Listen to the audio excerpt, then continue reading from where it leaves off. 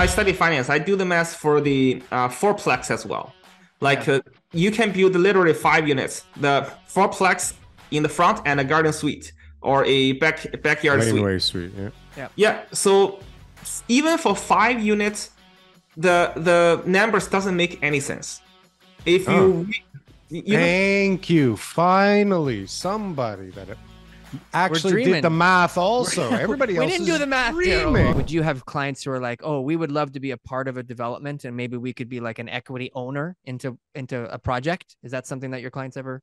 Not a lot of them. And I really not suggest that way. I think especially think about it. If you're doing development, who's going to work with you? Tridel, Daniels, Pinnacle, they're not going to work with you, right? You are once again going to work with... What if you were going to be working with one of those big developers and there was an opportunity to invest with somebody very reputable? How would you feel about it at that point? I don't find an opportunity like that. I think if they're hard to find. Yeah. If there's an opportunity like that, maybe people will think about it. Maybe people will consider. But I think there's really not enough room for smaller developers to build developers projects because it's too costly. For smaller developers, they are borrowing at 10%, but for the big players, they're borrowing at 5-6%. Just the borrowing cost can eat up all these small developers' profit. So most of the small developers are really better off if they build other people's project. Like I take on a project that belongs to a client who want to build a custom home themselves. So I'm not worrying about I'm not worrying about the construction cost and the mortgage cost. But the other people they are worrying about. I think smaller developers are better off doing other people's projects in a way. I have a lot next to a client, and we were talking about it, and he was saying that it was a doctor and he was a surgeon, and he bought this lot for 1.1 million a couple of years ago, and it's just been sitting vacant, and he's just cutting the grass every single summer. And he was telling him how much it was going to cost to build. I think it was like 6,000 square feet, and he was giving him the breakdown and everything else. And now, like obviously a couple of years later, based on the information we know, the amount of money he has to spend in order to build on that lot would never be he would be in way more money than the house would be worth at the end of the day. And so the lot's just sitting there vacant because, if for him to be able to spend, let's say $2.5 million in order to be able to build this property, there's no way it's worth 3.6. And so now the lot's just sitting there empty because obviously a doctor, not a specialist in real estate, bought a property with the idea of building, and it's now probably never going to get built at this rate. I think I do the math as well. I study finance. I do the math for the fourplex as well. Like you can build literally 5 units, the fourplex in the front and a garden suite or a backyard suite. Yeah. So even for 5 units, the numbers doesn't make any sense. If thank you. Finally, somebody that actually did the math also. Everybody else didn't do the math, Daryl, right? Nobody just looked at the drawings. I've been telling everybody forever, this fourplex nonsense doesn't do anything. If anything, it's going to increase the values of properties in areas because some stupid investor thinks that he can pay more for the property than the end user. And he's going to pay extra because he thinks, oh, I can do 5 suites. And some realtor told me it's going to cost me $100,000 to do the renovation. And then it takes $500,000 to do the renovation, right? If you want to do it legally, it's going to cost a lot of money to chop up these houses. And if you build one from scratch, it makes no sense either, right? Yeah, it's like a 1.5 million minimum. Yeah, I had a client approach me about it who had already done it. And I gave him the facts. I mean, I'm not going to lie to someone and say that they're going to get more money for their house than it's worth. And so I broke down how much his house was worth. I even rounded up just to give him like a fair, assessment. And it was hundreds of thousands of dollars less than his cost. And I couldn't, I just told him, I said, look, I mean, keep the house rented out. And, he's trying to sell it anyways, but not with me. But at the end of the day, that's what it is, like there's just you went into this with your blindfold on thinking if I build the units, people will want to, pay me whatever whatever it cost me. The buyers aren't willing to pay. No, it's not going to happen. They don't care. Yeah, it doesn't work like that. Not going to happen. No, but it works like that on a lot of people's performas somehow, right?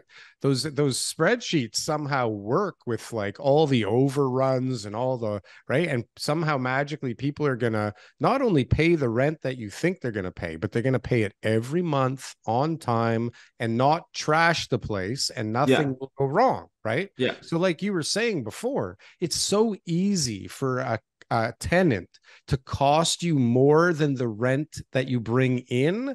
It's crazy. Like one thing that they do could cost close to what they pay you in rent in a year, right? Exactly. People don't realize that. Like the formula has like 2.5% like vacancy or something crazy, right? Yeah. I think especially nobody actually did it before, you know? I gave a improper joke. It's like teenager sex.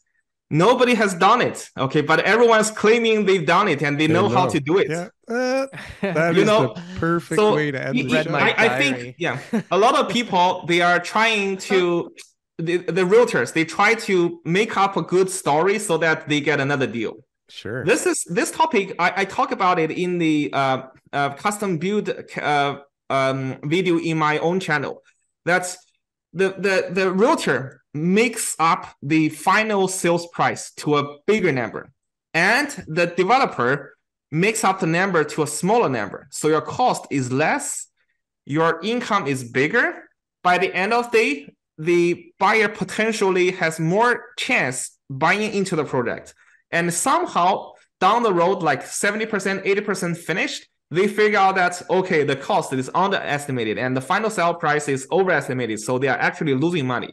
They have zero profit from day one, but you know, the realtor and the developer cheated on them. That's on a good market. They get paid. The That's in a good and market. The developer get paid. Yeah. Right. That's in a good market. When it goes sideways, that plus everything else happens. Norman, let's because we're coming to the end of the show. Let's hear from you. What's going to happen to all those pre-construction units that have sold at $1,700, $1,800, $2,000, $2,400 per square foot? What's going to happen when these units come up for closing? So that's a very good question.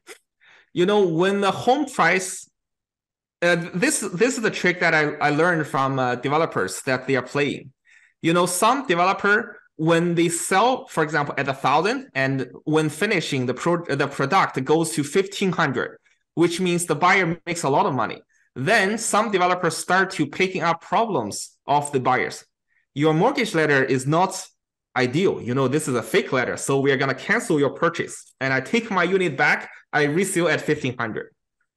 However, for things like you mentioned that they sold at 1,800, 2,000, when they finish, the project is like 1,400.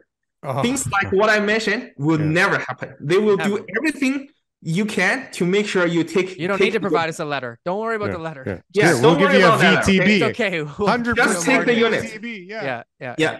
I think there will be the developer is in a problem. At the same time, the realtor who put the buyer into that situation that they buy at 1,800, but finally it's only 1,400. The realtor is also in a difficult position. I don't want to put myself in that position. Good luck getting the second half of your commission, right? Yeah. But I think most of the buyer, they will close anyway, but they have to close with like 50%, 60% down in order to make up the difference in the assessment value and the real price they paid. So I think for the buyer, it's also in a difficult position that they used 3 homes, 2 homes down payment to cover and pay off this mortgage. I think it's going to be a tragedy, the most for the buyer, but most of them will close anyway. Yeah, they just sit on there. They just sit there for 5 years, 6 years, 7 years. When the price starts really to break even, then they consider resale. Yeah, and what about all the timeline? Will like whatever timeline the developers have promised, it will be later than that. At least 1 or 2 years, and hopefully but still 2 years. Not in low rise. What about What about all the subdivisions where people bought like 6 months ago? They're under construction. They're going to have to close in like 3-4 months. And now they like all these crazy people that are out in, I don't even know where, like how far, let's like Bancroft in some new subdivision. They paid 1.3 or 1.4, and now it's worth 800 and they have to close in 4 months at 6%. I think that's another 2017 is going to happen.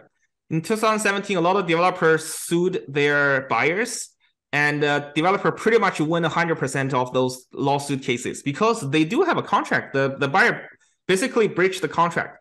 Yeah, but do they collect the money? They can win all the cases they want. Did they collect the money? Right. Yeah. At least they collected all the deposits. Great. So developer now start to ask for a lot more deposit than used to ask for. Hey guys, thanks for watching our clips channel. Why don't you go and check out some more clips? We got lots of other good content somewhere over here. Don't forget to like, comment, and subscribe. Boom. That was good. That was good.